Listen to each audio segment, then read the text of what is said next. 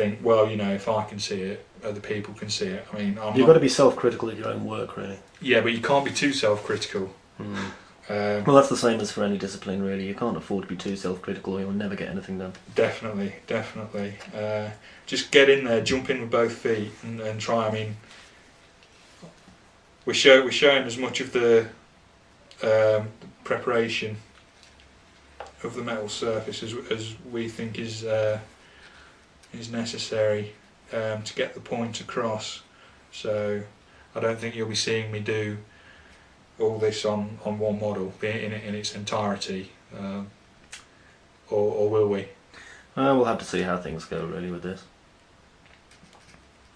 Otherwise we're going to have to take a break, and I'm going to have to take a very, very close look at this and under some bright light to see where all. I think to be honest, we're not going to be recording every single stage of cleaning every single line off the model, so much as being able to show what to look out for and how to clean it up is important. Definitely. The repetitive action is important in some kind of procedures, like painting, for example. But I think looking for tiny lines that aren't going to show up particularly well on your screens at home, whether you're watching this as a downloaded video or on your TV set, we really want to kind of give you the experience of modelling without the experience of falling asleep, stroke, suicide.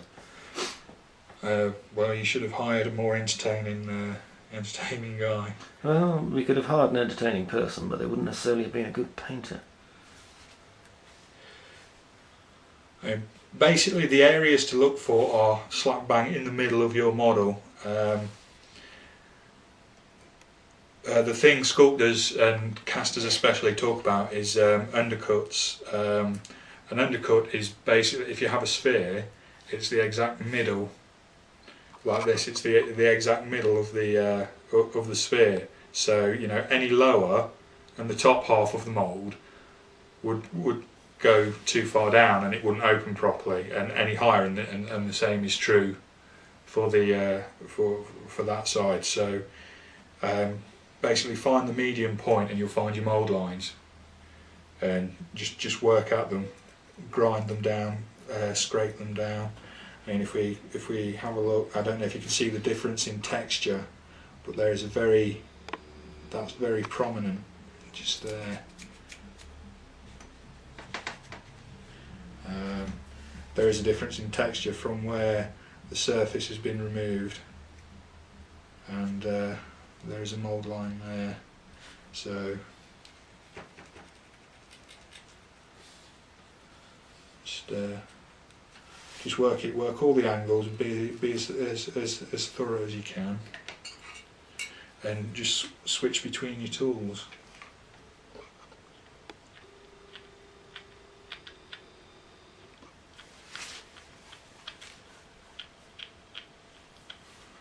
And the mould lines do tend to be a bit more prominent on the plastics because they're vacuum formed. And they also tend to be a touch easier to remove as well. And the plastics the Games Workshop do, I think, are fantastic. Very, very well detailed. Certainly not like your old toy soldiers that you painted with poster paints. Many, many years. Well, I did anyway. I can remember painting the German army grey and my English army sort of tan, and then watching as the poster paints flaked off because the surface was slick and the paints wouldn't adhere. I detect a harrowing background story there, Rob. Well, yeah. It wasn't until later on that I realised that every plastic miniature, well, every miniature in general that you have to wash before you can paint them, because there's mould release on them. Plus, of course, the importance of undercoat, which I think a lot of people really, I mean, I know a lot of people who are used to painting take undercoat for granted, but people who really are new to painting really don't see the need, I think, the first time round for undercoat, and end up with some exciting colour schemes. Yeah, and a lot of paint flaking off. Yeah. It's undercoat is very important. The Games Workshop primers I've found are the primer sprays, Skull White and Chaos Black, are amazing. Very easy to put a very nice smooth coat on. If you're using, if you want to build an army, use black. Use black as an undercoat. The colours that go on will be much more muted, but it will allow you to cheat. Basically, you don't have to pay as much attention. If you want to produce your character models, do them in white, and that will help you to become a better painter. Because if you miss a spot with a black undercoat, it will be black. Whereas if you miss a spot with a white undercoat, it will be white, and it will be very, very noticeable.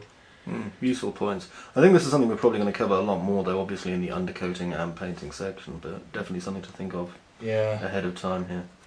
Okay, well, I think we're going to bring this part of filing and generally tidying up of the sprues to an actual end for the viewer.